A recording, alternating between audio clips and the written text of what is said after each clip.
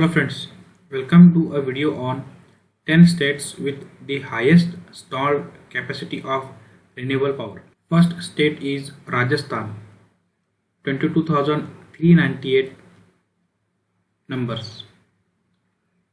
Second is Gujarat, 19,436. Third one is Tamil Nadu, 17,920. Fourth one is Goa. Fourth one is Karnataka, 16,719. Fifth one is Maharashtra, 12,758 numbers.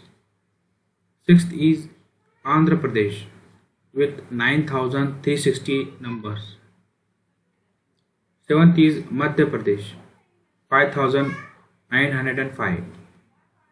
Eighth is Telangana, 5,105. Ninth is Uttar Pradesh, 4,781. 10 is Punjab, 1,866.